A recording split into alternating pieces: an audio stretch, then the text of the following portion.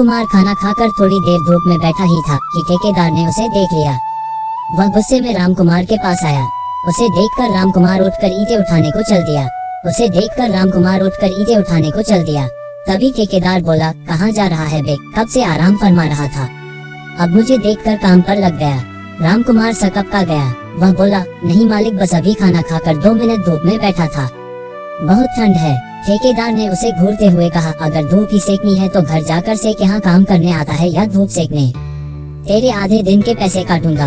रामकुमार को बहुत गुस्सा आया, लेकिन अपने परिवार के बारे में सोचकर बोला, मालिक ऐसा जुल्म न करो, बच्चे भूखे मर जाएंगे। ठेकेदार को और गुस्सा आ गया, अबे मैंने तेरे बच्चों का ठेका ले रखा है, कल के मरते आज मर जाएं। अब पानी सिर के ऊपर हो चुका था।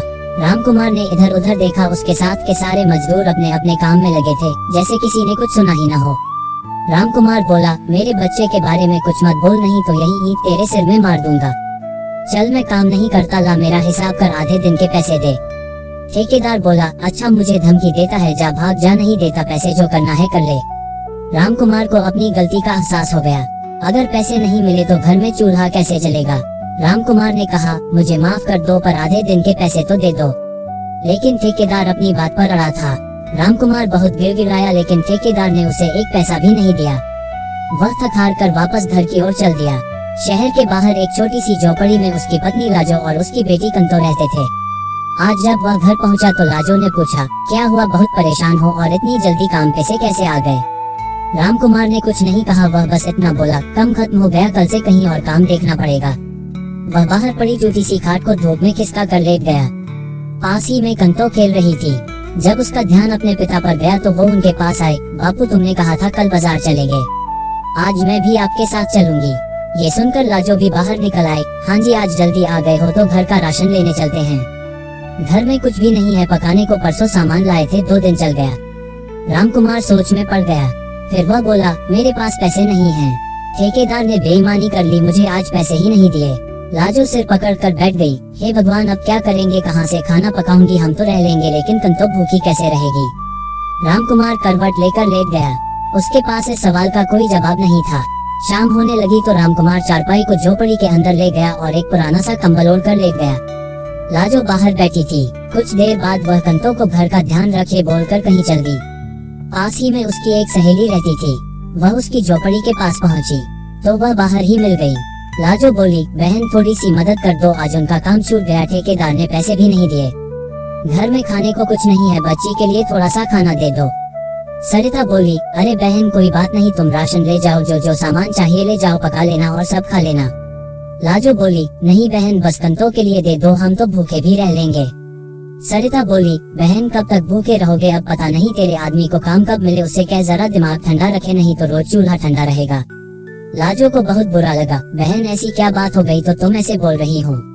सरिता ने राशन का सामान एक थैले में डाला और थैला लाजो को पकड़ाते हुए बोली, बहन मैं तेरी सहेली हूँ, मेरी बात का बुरा मत मान, आज तेरे आदमी ने ठेकेदार से लड़ाई कर ली, उसे ईंट मारने की धमकी दी, तभी उसने उसे भगा दिया। मेरे आदमी ने बताया वहाँ काम खत्म नहीं हुआ है। लाजो वहीं बैठ गई। हे भगवान, अब क्या होगा? ये तो कह रहे थे काम खत्म हो गया, मैंने सोचा ठेकेदार सारे मजदूरों को कहीं और लगवा देगा। सरिता बोली, बहन हम गरीब लोग हैं, हमें तो सबकी सुननी पड़ती है। ठेकेदार मेरे आदमी को भी रोज गाली देता है, लेकिन सब सुनना पड़ता है। लाजो कुछ नहीं बोली, राशन लेकर सीधे घर आ गई। आज उसे अपने पति पर बहुत गुस्सा आ रहा था। उसने खाना बनाया और रामकुमार से कहा, चलो खाना खा लो। रामकुमार उठकर बैठ गया और बोला, राशन कहाँ से आया? तू तो कह रही थी घर में कुछ नहीं है। लाजो को गुस्सा और तेज हो गया। वह बोली, भीख मांग कर लाई हूँ। तुम तो लोगों के ईद मारो, मुझे तो अपनी बच्ची के लिए भीख मांगनी पड़ेगी। सरिता से मांग कर लाई हूँ। रामकुमार को भी गुस्सा आ गया। वह बोला, कोई मेरी बच्ची को मरने के लिए बोलेगा तो उसका सिर फाड़ दूंगा। लाजो ने ये सुना तो वह पूछने लगी कि क्या बात थी। रामकुमार ने सारी बात बताई तो वह बोली, चलो छोड़ो, कल किसी दूसरे ठेकेदार के पास जाकर काम की बात कर लेना, आज का काम तो चल गया, लेकिन कल क्या होगा? रामकुमार की आंखों से आंसू बह रहे थे।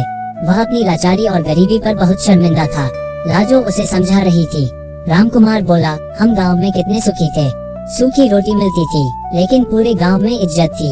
यहाँ शहर में बेइज्जती भी होती है, मेहनत भी ज्यादा करनी पड़ती है और पैसे भी कम मिलते हैं, ऊपर से महंगाई। लाजो बोली, मैं तो पहले ही कह रही थी यहीं रहते हैं, आप ही को लग रही थी। शहर में जाकर ज्यादा पैसे कमा लेंगे। रामकुमार चुपचाप खाना खाकर सो गया। कंतो ने भी खाना खा लिया था, लेकिन लाजो के हल से एक निवाला भी नहीं उतरा था। अगले दिन रामकुमार ने काम ढूंढना शुरू किया, लेकिन कहीं भी काम नहीं मिला। वह शाम को घर आया तो पता लगा कंतो को तेज बुखार है। वह उसे डॉक्टर के पास भी नहीं ले जा सकता था। लाजो के पास कुछ पैसे थे तो केमिस्ट से बुखार की गोली ले आया और कंतो के सिर पर पट्टी रखता रहा। जैसे तैसे रात गुजरी, भूख से दोनों बेहाल थे। कंतो का बुखार उतर गया था, लेकिन वह बहुत कमजोर थी। रामकुमार सुबह उठकर उसी ठेकेदार के पास पहुंच गया और बोला, मालिक मेरे से बहुत भूल हो गई, माफ कर दो, वापस काम पर रख लो। ठेकेदार बोला, नहीं भैया, कल तुझे गुस्सा आया और तूने ईंट मार दी तो मैं तो मर जाऊंगा। एक काम कर, मुनीम जी से अपने आधे दिन के पैसे ले जा और मेरा पीछा छोड़। रामकुमार पैसे लेकर घर आया। पैसे लाजो को दिए। लाजो कुछ सामान ले आए और कंतो के लिए थोड़ा सा दूध ले आए। रामकुमार बोला, लाजो चल, इन बचे पैसों से गांव चलते हैं। वहाँ इज्जत की 2 रोटी तो मिल ही जाती थी, कभी भूखे नहीं सोना पड़ा। यहाँ दिन रात मेहनत करके भी चूल्हा ठंडा पड़ा है। लाजो बोली, मैं भी आपसे यही कहना चाहती थी, अपना घर अपना ही होता है। इस शहर में इस झोपड़ी में ठंड में पड़े रहते हैं, अब तो चूल्हा भी नहीं जल पा रहा। चलो चलते हैं। सारा सामान बांध कर वे तीनों हमेशा के लिए गाँव चल दिए।